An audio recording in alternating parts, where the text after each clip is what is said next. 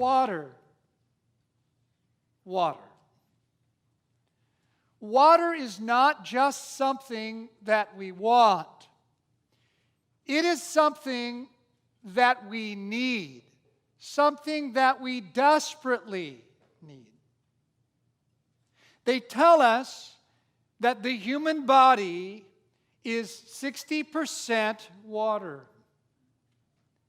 As you are there listening to this message, as you are there studying the Bible today, 70% of your brain is water. As you are breathing and listening to this study, they tell us almost 90% of your lungs are water. Water is not just something we want, something that we need. Each and every day we need water. And I believe that God has created human life in such a way that that desperate need for water will be a constant reminder of our desperate need for God. And because of that, God often will put His people into the desert or desert experiences to heighten, to highlight that need for water that will heighten our need for God. As you read the scriptures, you often find this. Abraham spent time in the desert. Moses spent time in the desert.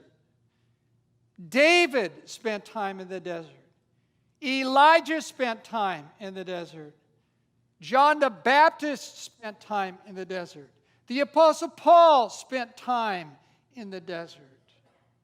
To heighten our need of God, God often will put His people into the desert, not only literally, but sometimes figuratively. God will put us in dry situations so that we will remember, that we will learn, that we will be reminded how desperately we need Him. And this idea that our need for water is a reflection of our need for God is one of the grand themes of Scripture. It is something that you see from the beginning of the Bible to the end of the Bible. It is something you see from the very beginning of creation until even beyond our time and into the millennium we will see. Our need for water is a reflection of our need for God. And to show you that in our Bible study today, there are three things I want to talk to you about. If you happen to have a piece of paper, you can jot these three things down, because I want to talk to you about these three things that show this desperate thirst for God. I want to talk to you, number one, about an amazing miracle.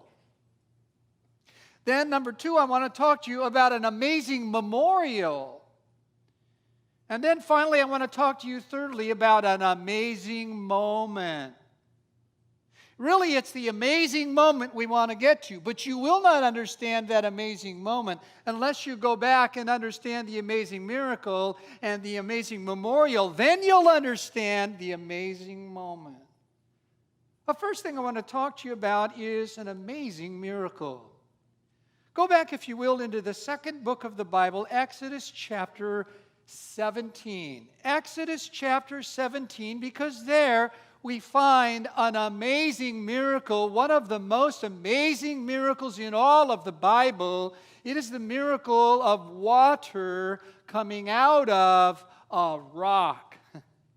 In Exodus chapter 17, verse 1 to 6, and Verse 1, then all the congregation of the children of Israel set out on their journey from the wilderness of Sin, according to the commandment of the Lord, and they camped in Rephidim, but there was no water for the people to drink.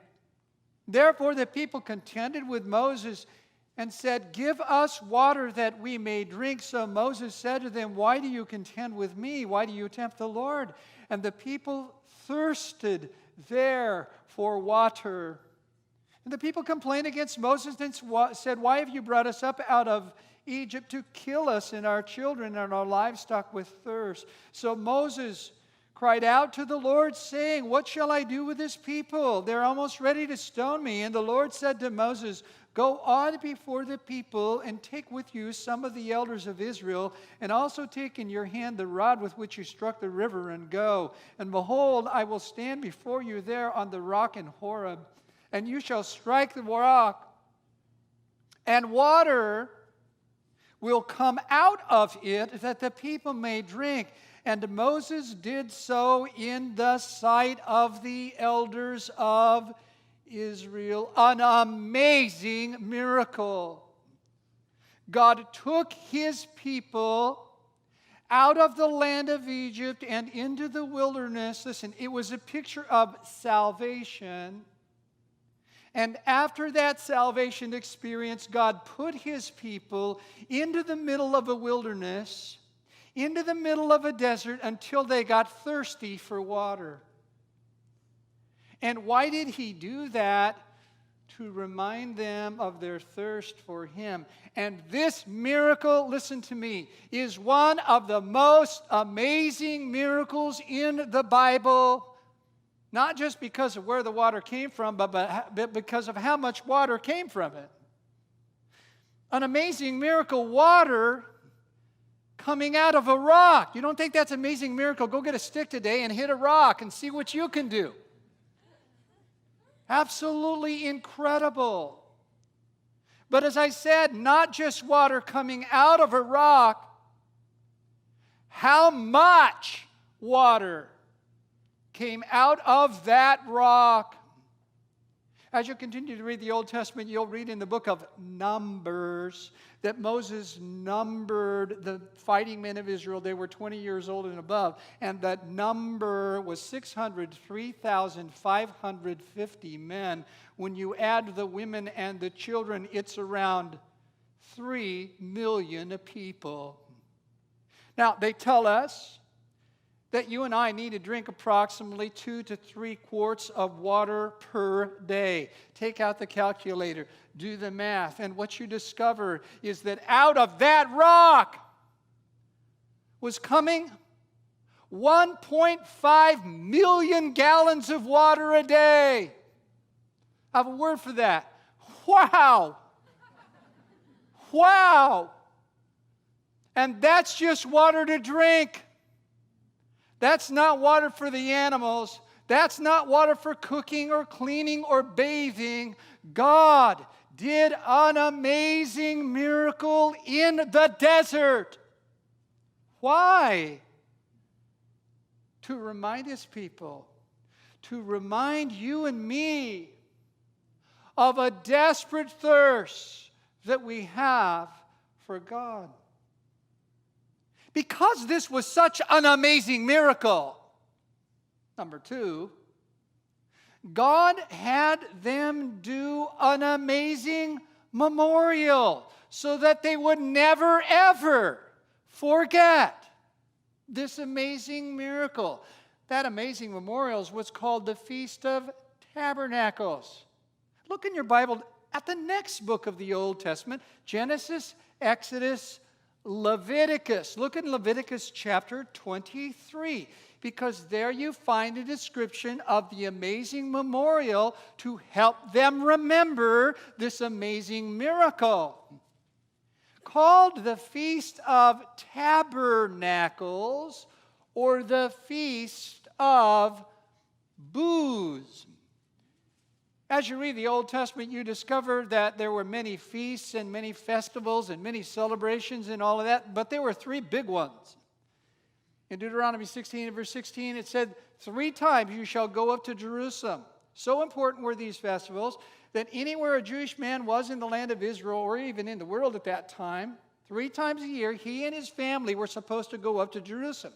They were supposed to go up for Passover. They were supposed to go up for Pentecost, or sometimes it's called the Feast of Weeks. And they were supposed to go up for the Feast of Tabernacles. It was the high point of those 3 important, it was the most joyous celebration of the people of God. And in Leviticus 23, we have a description of it. Verse 33, then the Lord spoke to Moses, saying, speak to the children of Israel, saying, the 15th day of this 7th month shall be the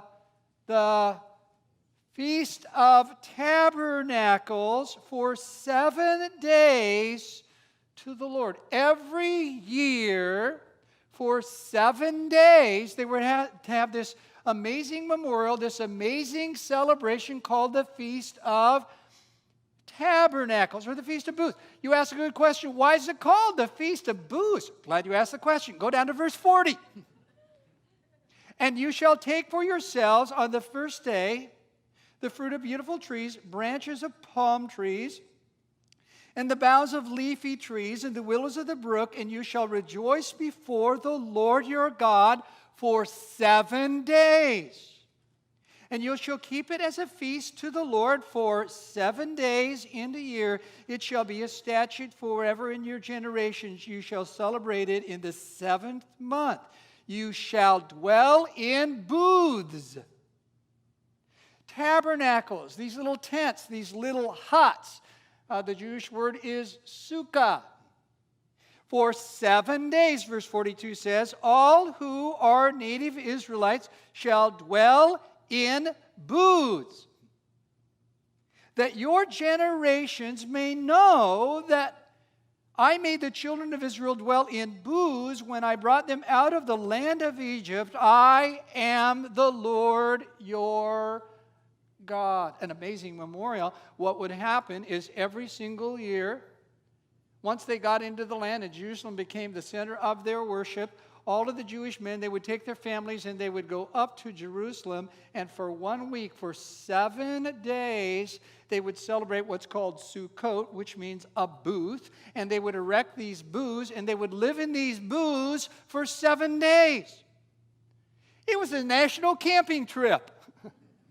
They would camp out for a week.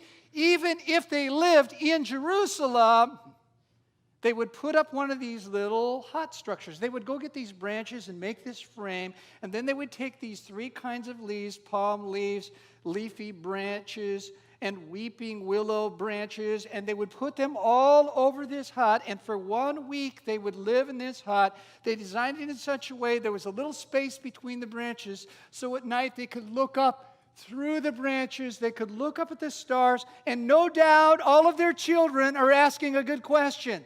Mommy, Daddy, why are we doing this? And God says, I'm having you do this so all your generations will know, so you will never, ever, ever, ever, ever forget how I led the children of Israel through that wilderness time. I provided for them. I was to them absolutely everything they needed. And so year after year after year, they would celebrate, and it was such a joyous celebration. They would eat special foods that would remind them of bread that came down from heaven. They would do something that involved fire and light, because you remember the pillar of fire and cloud led them through the wilderness. Don't know if you've ever, spent time out in the desert. But at nighttime, it gets really, really cold. And a pillar of fire, listen, was there to keep all of them warm. And then during the daytime, it would give off smoke. So in the blazing hot sun of the desert, that cloud would be the shade to them. So they would do something to remind themselves of that. But most importantly, they would do something that involved water to remind them. They would always remember. Their children would always know that water came out of a rock in the middle of the desert. As desperately as we needed water, so desperately we need God. They did it year after year after year after year. For 70 years they were taken into captivity, but then they were brought back to the land, as you've been studying in the book of Haggai and Zechariah and Malachi. And you can read it in Nehemiah chapter 8. When they came back to the land, they kept the feast of Tabernacles. I don't have time to go into it now, but definitely Pastor Brennan will go into it. In Zechariah chapter 14, verse 16, it speaks of the millennium, and it says all the nations will keep the Feast of Tabernacles. Not a message on eschatology. I'm just telling you the facts. That you and I will celebrate the feast of this amazing memorial. We'll do it 1,000 times. I have a word for that. Wow. Wow. Over and over and over, we will remember that God brought water out of the rock. As much as we need water, water, water, so much we need God. But as the years would go by, because this was so important, the celebration of the Feast of Tabernacles, this Feast of Booths, it became more joyous and more celebrative and more festive and more elaborate, especially when a man named Herod the Great, King Herod the Great, especially when he rebuilt the temple of the Lord in Jerusalem.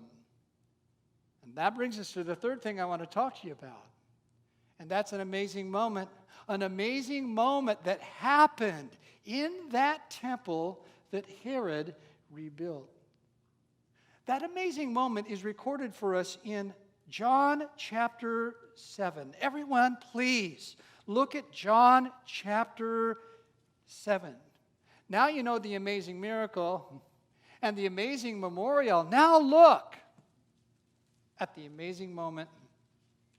In John chapter 7, notice beginning in verse 1, after these things Jesus walked in Galilee, for he did not want to walk in Judea because the Jews sought to kill him. Now the Jews, can somebody help me? The Jews, what? Feast of Tabernacles was at hand. Everything I've been telling you about. Down to verse 10. But when his brothers had gone up, then he also went up to the feast. Which feast? The Feast of Tabernacles. Not openly, as it were, but in secret. Then the Jews sought him at the Feast of Tabernacles, and they said, "Where is he?" And there was much complaining among the people concerning him. Some said, "He is good." Others said, "No, on the contrary, he deceives the people." However, no one spoke openly of him for fear of the Jews. Verse 14. Verse 14. Look at verse 14. Now about the middle of the feast, what feast? That week-long Feast of Tabernacles. Jesus went up into the temple and taught. To understand the amazing moment we're about to see in John chapter 7, verse 37, you need to look at verse 14, and you need to fix firmly in your mind where Jesus was and what was going on when he was there. Verse 14 is clear. He went up into the temple. Now, what was that temple like? I want, as it were, to describe to you so you are transported from this place 2,000 years ago to another place. The temple, you remember, was first built by Solomon. It was destroyed by the Babylonians. But then you remember, you've been studying this, how Zerubbabel went back under the encouragement of Zechariah and Haggai and rebuilt the temple. He rebuilt the house of the Lord. Not quite as elaborate as Solomon's temple, but it was very beautiful. And time would pass between the Old Testament and the New Testament. You remember, as Daniel the prophet said, there's going to be the Babylonians, then the Medes and the Persians, then the Greeks, and then the Romans. And the Greeks and the Romans were builders, especially the Romans. And so when a man named Herod the Great became the king of the Jews in Jerusalem, he decided he wanted to make the temple the most beautiful building on the planet. He wanted a building that would rival anything the Greeks or the Romans had built. And so what he did is he upgraded and beautified the temple that Zerubbabel had built. And here's what he did. The temple, as you remember, was situated on a small hill called Mount Zion. It's called a mount, but don't be thinking Mount Baldy or something like that, okay? It's more like a hill. And what he did is he built a ginormous retaining wall around the entire hill. And then he filled it in with dirt so he could create a level platform on which he would build up the temple. It's sometimes what's called the Temple Mount. Picture in your mind a huge rectangle. Listen to me. That Temple Mount was 1,500 feet long and 900 feet wide. Think for a moment, 5 football fields long and 3 football fields wide. I have a word for that. Wow! It's huge, massive. And the stones he used to build the retaining wall were incredibly large and heavy. If you go to the land of Israel, and I've heard word that there's going to be a trip coming up. If you go to the land of Israel, you can actually go down below that Temple Mount along the wall, and you can see some of the stones that Herod used to build up that retaining wall. Some of them, listen to me, are 40 feet long, 12 feet high, 18 feet thick, and they weigh more than 100 tons. Yeah, I have a word for that too. Wow! And they put them together in such a way you couldn't even get a knife laid in between them. No mortar, they just stacked them.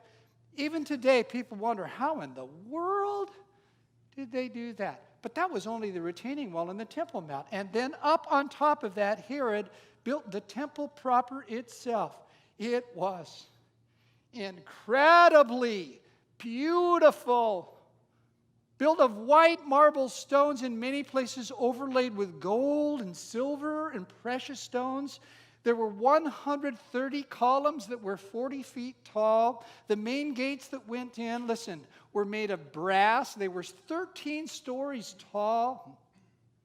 The veil of the temple was 60 feet high, 30 feet wide. It took 300 priests just to hang that veil.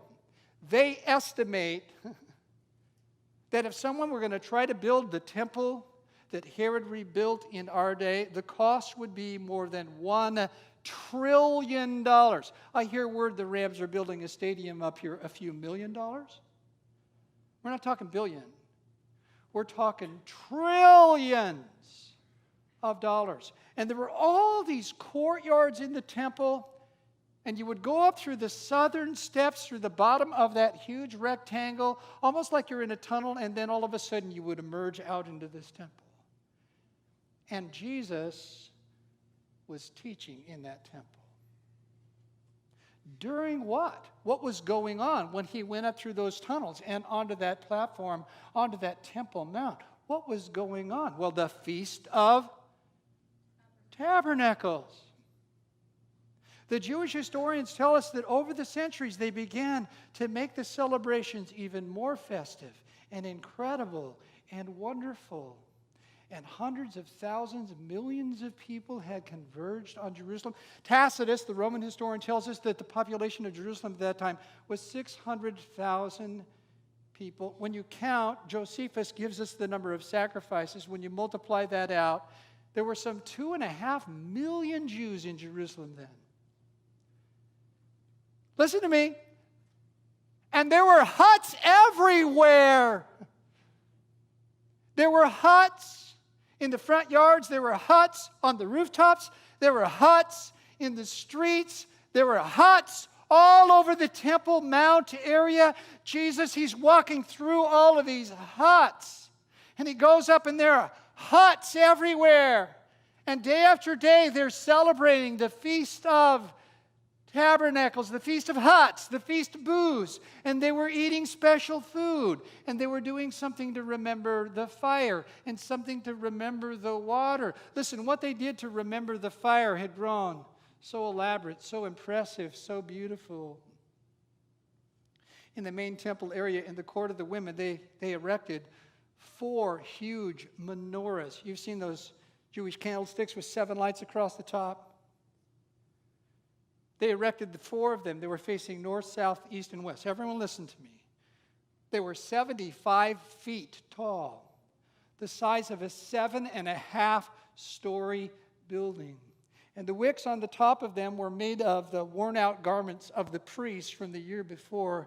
They would lean up these massive ladders, and these young priests would scale up the ladders, and they would light the wicks at the top of those menorahs.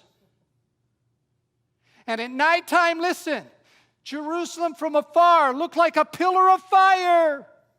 It looked like a volcano. There was so much light from those menorahs. At nighttime, you could just sit there and read a book. Every night they were doing it to remind them, the pillar of fire. You know, the Jewish day begins at night and then goes through the morning. So at nighttime, that's how it started. Every night, fire. But then every morning, water. Water. To remember the water from the rock was so beautiful. At daybreak, hundreds of thousands of people would flood into the temple area. They would go up by the temple and they would divide themselves in 3 groups. One group would go and gather huge leafy branches that they would erect in this like canopy over the altar area, because something very special was going to happen at that altar. So this is like this big canopy over the top of the altar. A second group would go with musicians, because there was a choir and musicians that would sing. But then the third and largest group, the third and most important group, would follow the high priest to get some water. The high priest, dressed in pure white, with other priests dressed in pure white, would take a pitcher of gold. He would go out the southern steps, the southeast corner of the Temple Mount, and all these people following him. He would go down this rocky path to this place called the Pool of Siloam. It was the only natural source of water that came from the spring of Gihon. It fed into the Pool of Siloam. And he would take that gold pitcher and he would dip it down into the water, and as he was dipping it in the water, all of the people would recite Isaiah 12 and verse 3. With joy shall you draw water out of the wells of salvation. And then they would go back into the city of Jerusalem, and when they went back into the city of Jerusalem, they would enter through the water gate.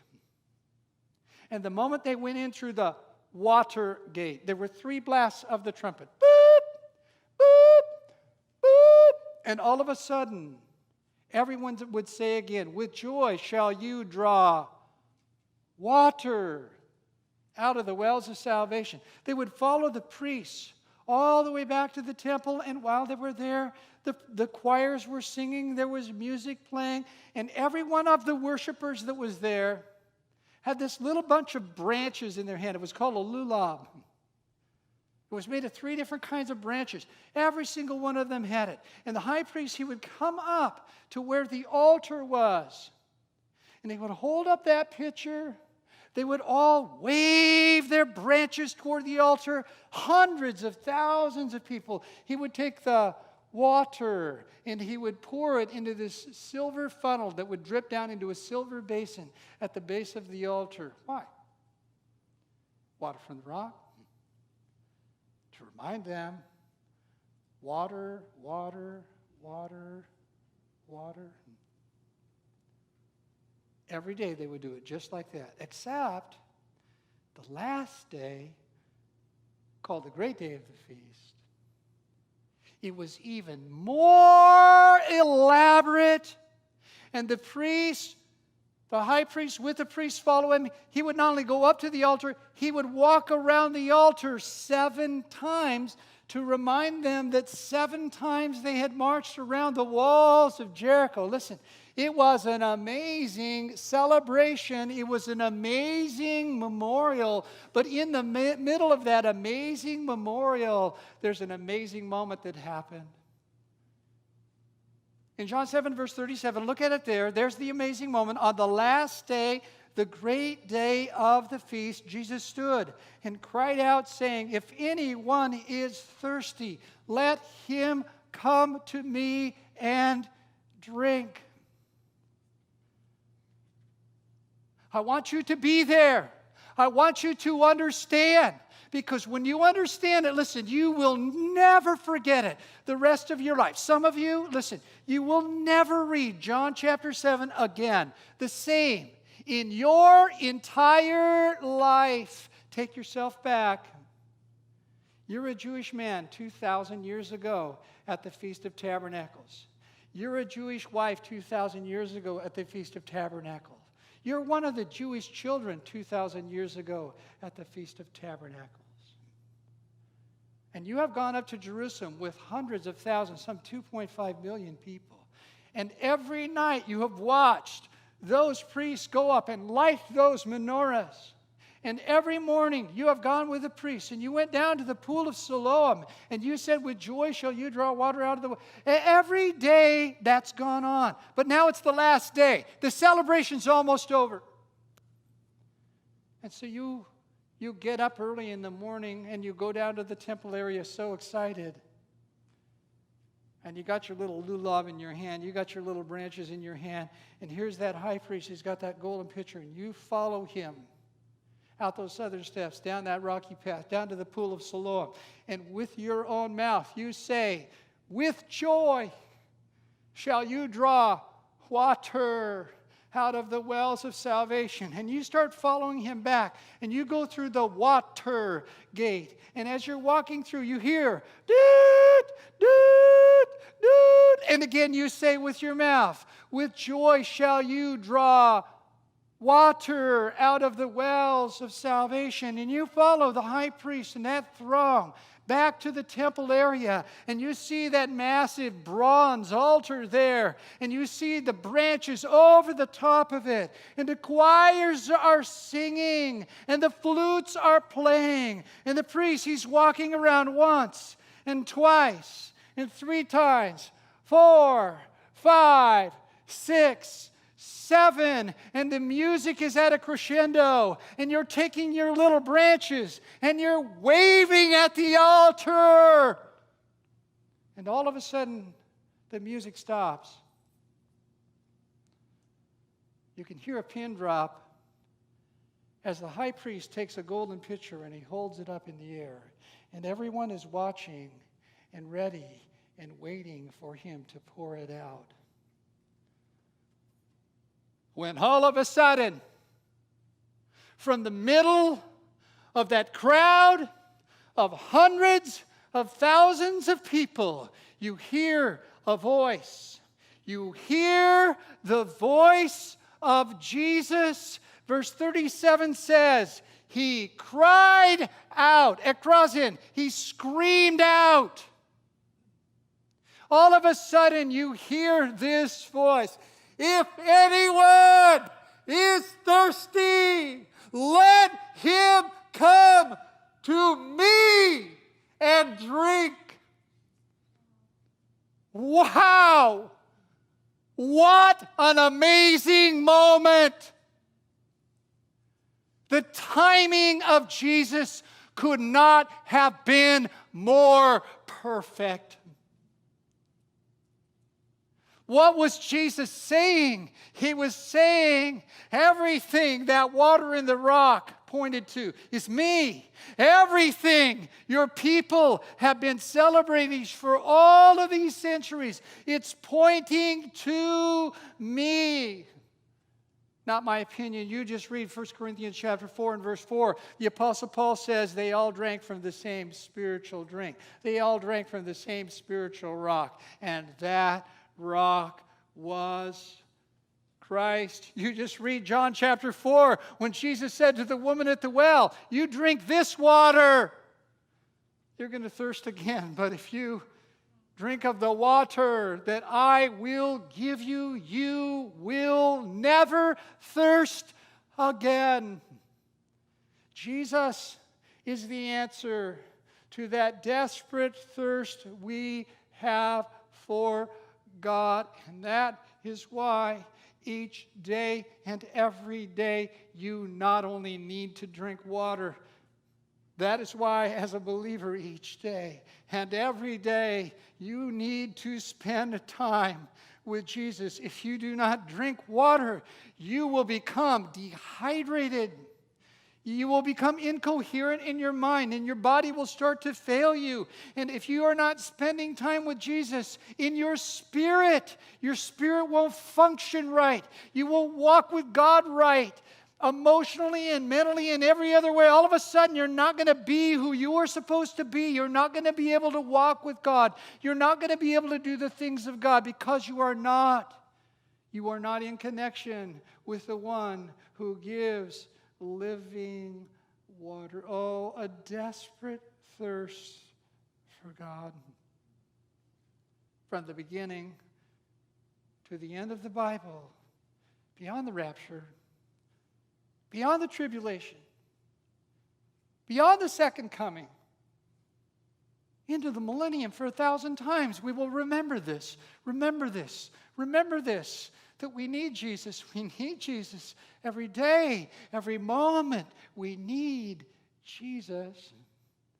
The psalmist understood this.